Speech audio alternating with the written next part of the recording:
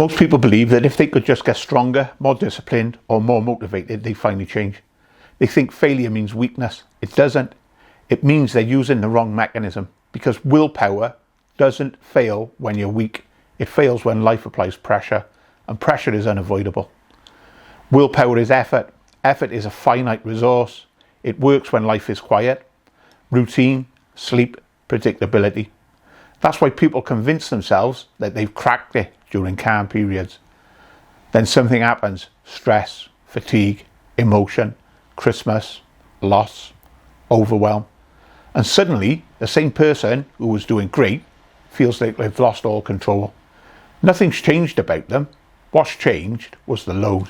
Why pressure exposes the system. Pressure doesn't just create problems, it reveals systems.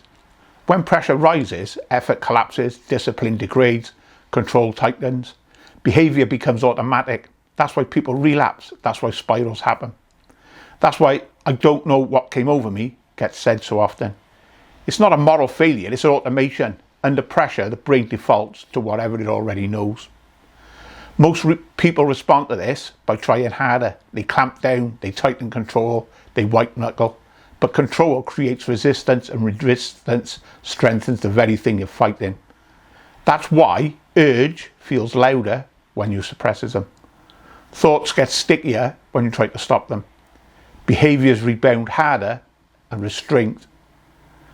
And control feels responsible, it feels adult, it feels like the right thing, but it's the wrong tool. Here's the part that makes most people uncomfortable.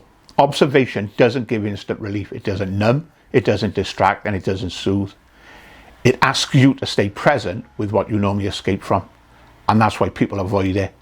And that's also why it works. If you spent years trying to overpower yourself, if you've wondered why you can hold it all together until the pressure hits, if change always seems to collapse at the worst possible moment, the problem isn't you, it's the strategy. And until that changes, nothing else will.